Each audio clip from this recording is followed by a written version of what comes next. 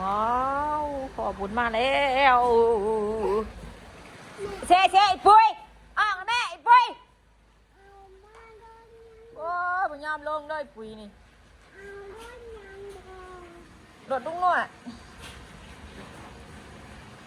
สบายดีเด้อป้าลุงFCทุกท่านยินดีต้อนรับเข้าสู่ช่องป้าจอยเด้อ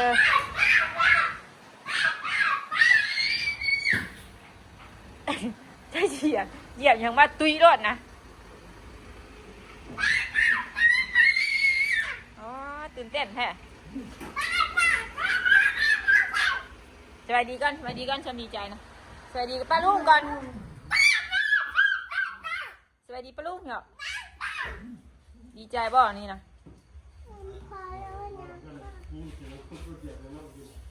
เฮ้เจ้าอยู่ฮะสู้ๆแล้วลุงนวดสิเหรอไปดีป้าลุงดู ไปดีก่อนลูกไปดีก่อนทุจ้าชิงแหมได้ป่ะเลยเขาหนักเมื่อกี้ได้ยินเสียงรถว่าแล่นมาว้ายหนาวดิ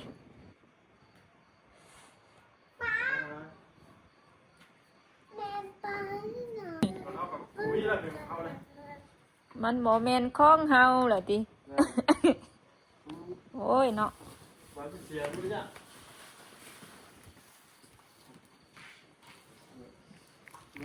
เอาอันนี้มาหาพี่ก่อนโดยเพิ่มพี่น้องเลยสบายดีเด้อสบายแล้วกันนะหนุ่มตุ้งหน้ามาเรื่อยพี่น้องเลย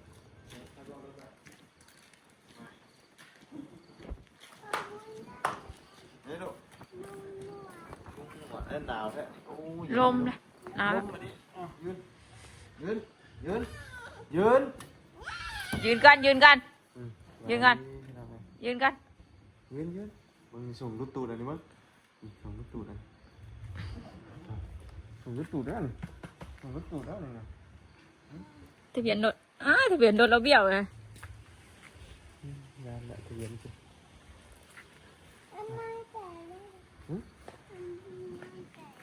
น้ำแตกอ่ะ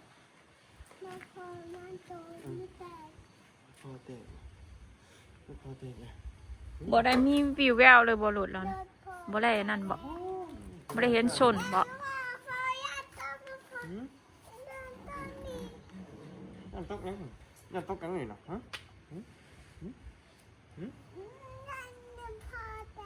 กลุ่มยังไม่มาบ่มาแล้ว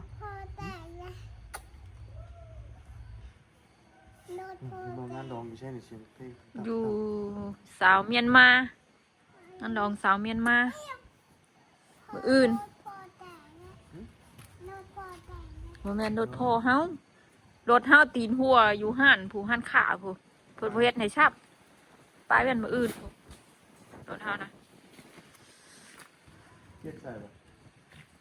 ว่าซั่นแหละสิเปลี่ยนตีนก็มีเงินเปลี่ยนมันแพงเท่าไหร่วะเกือบล้านได้ของไอ้คุ้มนั่น800,000ของไอ้คุ้มนะแต่ของเฮานะบ่ฮู้กันตีไว้นี่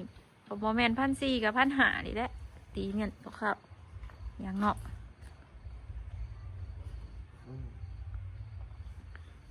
มาอันรถนี่ขึ้นรถแต่นั่นพุ่นบ่แต่พารานพุ่นบ่จะไปรับเราอยู่พารานพุ่นยังไงเนี่ยมันขาลงมาเอารถเลยเฮ้ยอ้วนไม่ได้มาป่ะจักชั่วโมงเลยนอนพุ่นละหรือว่าไปตอนเฮาเอารถไปนะวันเนาะมันยังคือกี่ฮอดพอแห้งแด่นี่นะเห็ดข้อทกจะแฉะอยู่นี่มันกินก่อนกินยาได้ป่ะกินอย่างมันห่อในอากาศเลยแต่ขนาดข่อยยังกินยาลัดตลอดกินยาอีกแล้วกินยาก่อนนอนเนาะ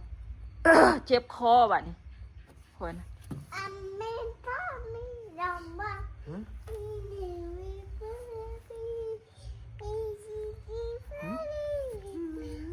ใส่สินงามนะอ่างพอเลยใส่สินงามนะได้แล้วทรงพื้นพุ่นเงินบาทพุ่นงามบ่มีเงิน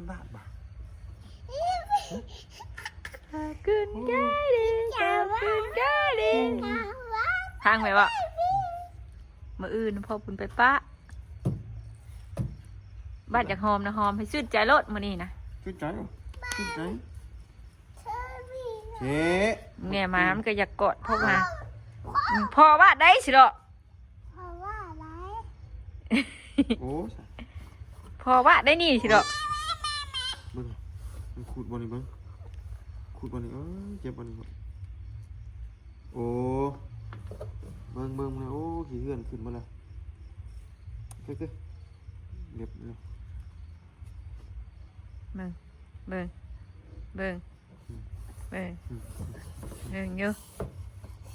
ยายเห็ดสิหรอให้มันดูพอไพ่นี่เจ้าว่าพอไอ้ตูนเนี่ยบอกว่าโมเมนพอเจ้าจังนี่พอว่าได้นี่ค่ะคุ้มเพิ่นอะไรคุ้มมาพาเอาพัวได้ได้เพิ่นว่าพาคุ้มมาเอารถอยากได้อีกัน เจ๊เบิ้งลง เอาไอ้สิ้นได้เหรอวะ มันไปหน้าตู้วะ บอกมาเลยไปกูตู้เราว่าเราสิไปหน้าโคกเราว่าเราสิไปหาพื้นลงเต๋า ลงเฉยลงส่งลูกตู้ได้ลูกวะส่งลูกตู้ได้ เดี๋ยวลูกหลา เห็นได้ป่ะลูก โตพอกัน ได้ป่ะวะ ถึงอย่าพาเต้นโอ้ยโซพอเพิ่นได้ไปใส่ไปงั้นหรอเมื่อคุ้มเมื่อคุณเนอะ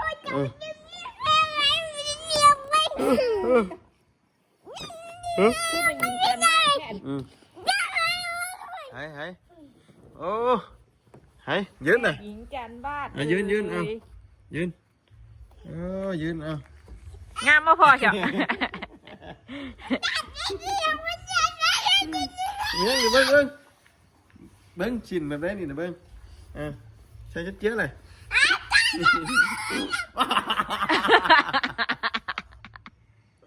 อึ่งห้องก่อนอ่ะ hoang rồi này อึ่งห้องบอก nhăn phí mấy trái bộ phí mấy trái ลุงหนวดแล้วเอาของเมื่อไหร่มืออื่นยักได้สิบ่าวลงเลย đó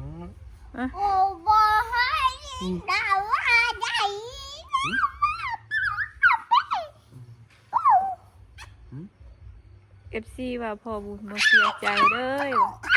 อันรถเอียงว่ารถอ้ายเฮียกันยังมันเอียงหัวเราะมีความสุขเอียงว่ะสิหายเฮาหายว่าสนเนาะสิเฮ็ดได้จ้ะเฮาก็เสียใจอยู่พี่น้องเอ้ยแต่ว่าเฮาสิเฮ็ดได้มันเสียไปเลย chữ để nó chè khai nhăn này บ่ข่อยก็ยังเว้าอยู่เด้ว่าสิ่งที่มันแน่นอนน่ะมันบ่แน่นอนน่ะสิ่งที่บ่แน่นอนน่ะคือแน่นอนที่สุด FC บ่ว่าข่อยหายกันกับเจ้ามื้อนะโทรมาหาข่อยสิเว้าว่ามื้อน่ะ hả thả luôn đây thả luôn con thả luôn ba con ถ้าลุงมาเอารถมีแต่อยากเข้าห้องเพิ่นน่ะ nào quá เฮ้ยจับมึงอยู่คิงลูก có còn đó rồi pha phát họ บ่ได้พ่อมาส่งพ่อสิไปเวียกแล้วนี่น่ะพ่อบุญสิไปเวียกแล้วนี่น่ะ khỏi sấy เพื่อนไผน่ะ nhân phải nhân vạt cấp phải mê cấp phải ít เจ้าพ่อจะซื้อหยังพ่อจะซื้อหยัง พอชื่อยัง ลงทางมาจักทางมาแบบนี้ พอชื่อยัง จะอยู่บ้านยัง บ้านนี้แบบบ้านนี้ บอกบ้านก่อนสิพาเขา ไม่ถาลุงมาดิไม่ถาลุงมาเลย จะอยู่บ้านไหน บอกแม่สิอุ้มเขานี่ กินไม่ได้แท้นี่ สินงนเถ่าเนาะตัวนั้นน่ะงามอยู่ตัวสินข่อยตัวสินของข่อยตัดให้นะ เบิ้งเบิ้งขี้ได้แท้นี่ ป้าเราดีใจ จะพี่บอกเดี๋ยวนี้เบิ่งหน้าเราดีใจเราอยู่สิเพราะใส่แล้วก็อยู่สิ เดี๋ยว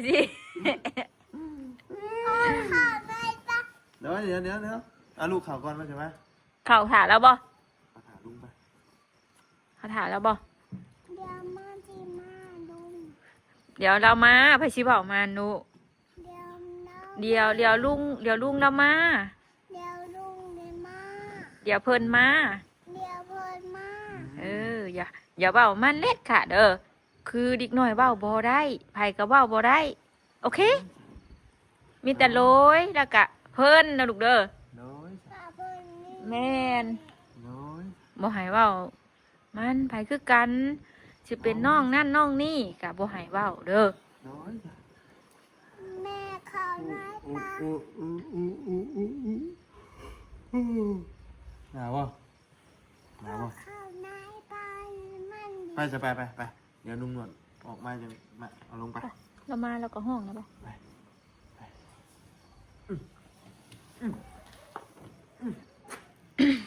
ถ้าจัดงานมันเกิดลูกเราบ่ลุงหน่อยปุ๊บขุนทั้งปุ๊บ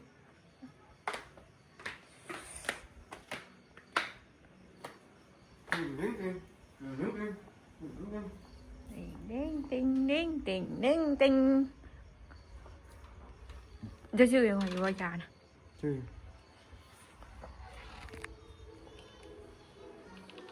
กินเมื่อวันหนึ่งมันไง นี่นะ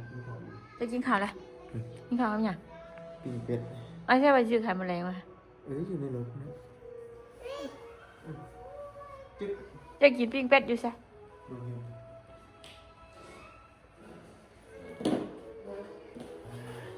เป็นน้ำพะโล้เนาะหนาวเนาะหนาวเนาะ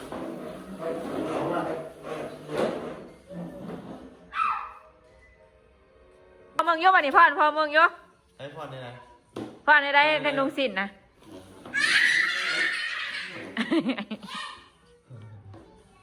ท้องยังบ่เห็นเชื่อเลยท้องตีก้นได้เห็นดิ เอาไว้ลูกไว้ สินข่อยแล้วพอ ไม่ใส่ลูกไว้มาไหม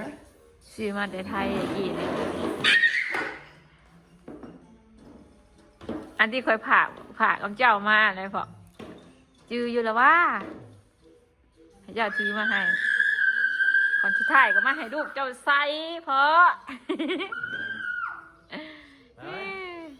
ทุกคนใช่ไหมเกาะข้างในบอก เกาะข้างในคือกันกับตัวนั้นแหละ เกาะข้างในเกาะเอง เอาขนมเขาก็เกาะสิเลย นี่ก็เป็นอีกสิ ก่อนวันช่วงที่มันจะเมาเฮี้ยมันกับหมูย่างแล้วข่อยอยากได้ซื้อจักให้ข่อยว่าข่อยสักตัวหันคือว่าเขาไปเรียนยิบสินเขาก็ยิบปุ๊เป็นเนาะเขาเฮียนยิบฉงมันก็พอได้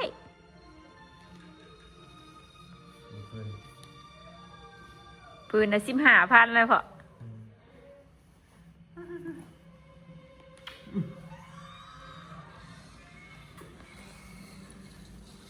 เอานอนดีไป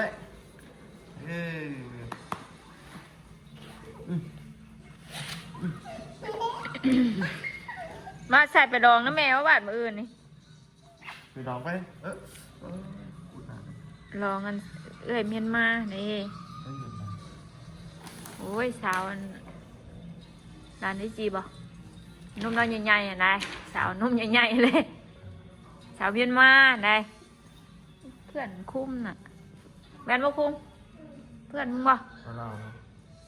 ฮะเจ้าคนมาแล้วกันกับบูกันผัวเราอะ ใช้เงินมา อ้ายคนเบื่อเลยเจ้าเคยชี้บอกเจ้าได้ไรร้านในแถวจีนนี่ได้ชาวเมียนมาบ่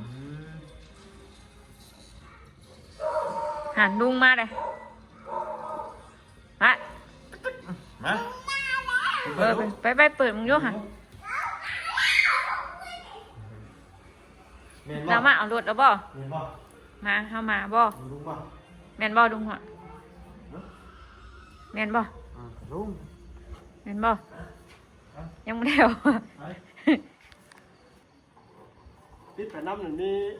มีเสือตัวหนึงมีถ้วย2 ใบเอาไปเบ่งอันหนึงโอ้ ดีแล้วบ่เอากระเป๋าเงินใส่เนาะ เพื่อ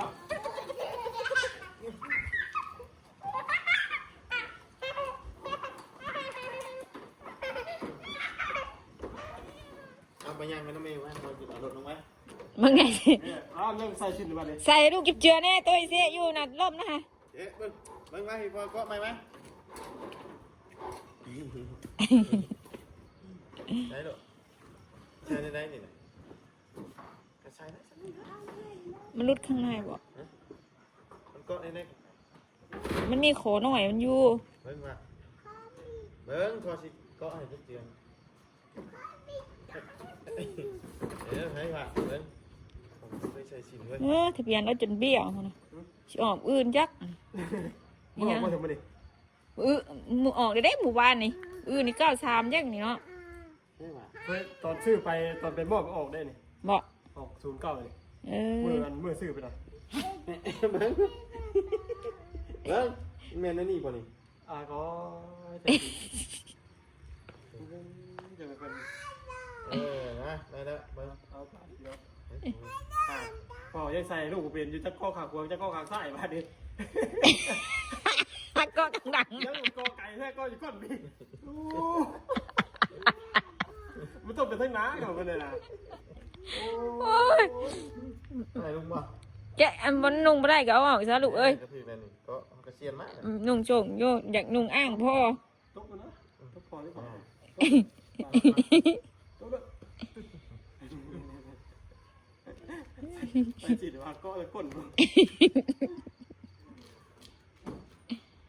เช็ด ออกมาก่อนนุ่งให้พ่อเอารถออกนะมาพี่อย่าเพิ่งเห็นเฮงเด้อมึงเด้อลุงเด้อรถลงเด้อมึงเด้อ เอ๊ะ อีปุ้ยออกไหม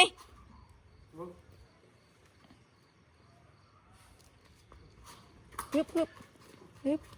เพิ่นเราลงผู้เดียวก็ได้เพิ่นเราลง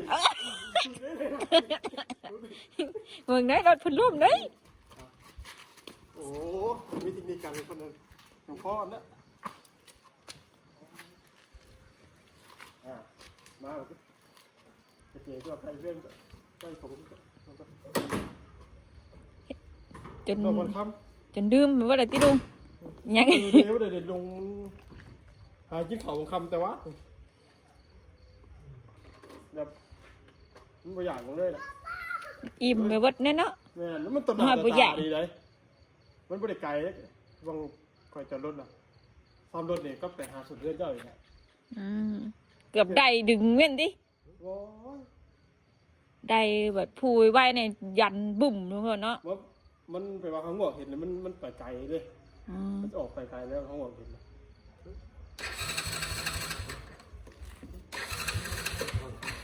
ตายก่อน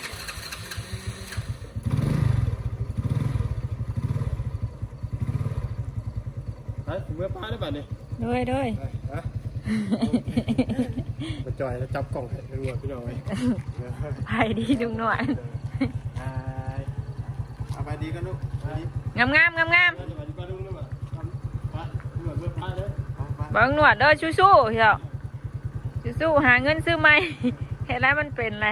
หมื่นพอเจ้าใส่บุกว่าหมื่น อ้าวจะไปยังไง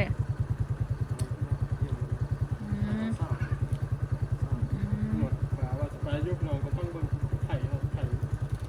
เขาเป็นไข่ไข่พวกนี้กับจะไปทำการทำเลิกเป็นมุกไปเอาไปตำรวจมาป้าเลยสิเด้อ ด้วยไปสู่ต่อไปลุงเอ้ย เฮ้ยขี่รถนั่นเราว่าขี่รถที่รถ จะแปลกๆกันเนาะ เนี่ยมันต่อมาเลยเออ มันพืชโอ้ โอ้กูไม่ได้กินบ่นี่นะ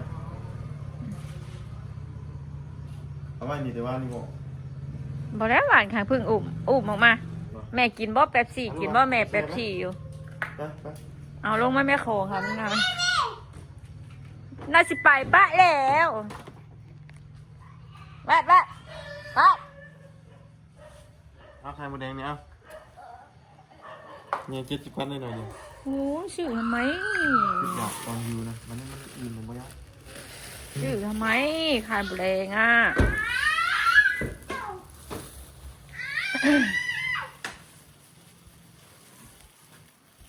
เขียนมันบ่มันบ่ครับ บ่สำบายพี่น้องเนาะให้พ่อวนซื้อยาให้ ไปขึ้นมาซื้อให้หน่อย ห่านมาเอาไหมลูกมา ซื้อ ไว้ ใส่ตู้เย็นให้โอ้ยเจ้าชิล่มน้ำฉินอะไรบนี่ค่ะ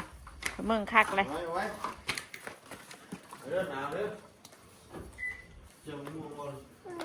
คอยตำน้ำถั่วย่างอยู่เพราะคอยอยากกินรู้สึกว่าขั้นข้อเลยอยากกินตำมึง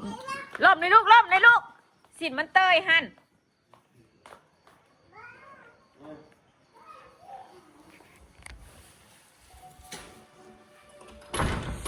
หนาวจังเลยมีทั้งดองมีทั้งบุญอากาศหนาวหนาว แม่อยาก ฮะบอกพ่อดิพ่อแก้ให้ลูกหน่อย ขอบคุณค่าก่อน ขอบคุณค่ะ สบายดีก่อน สบายดีก่อนฉันแม่บอกให้พ่อนั่นนะฮะ เอ้ย โอ้ย ไม่แก้ให้มา เอาไว้เห็นก้นนะเห็นก้นนะ ขอบคุณค่ะ จุ๊บเมนเฮงเมนเฮง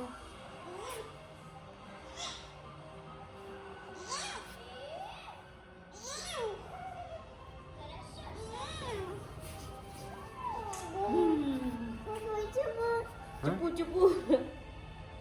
เฮ้ยล้อมจากประตูหลอนเปิดเองมันน่ะส่งไปผ้าเพื่อนเอาให้นี่ปึ้งได้อย่างกะมากเนี่ยส่งไปผ้าเอาให้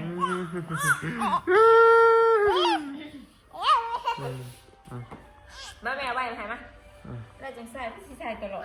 ลุก เนาะได้กัน ลุกไหม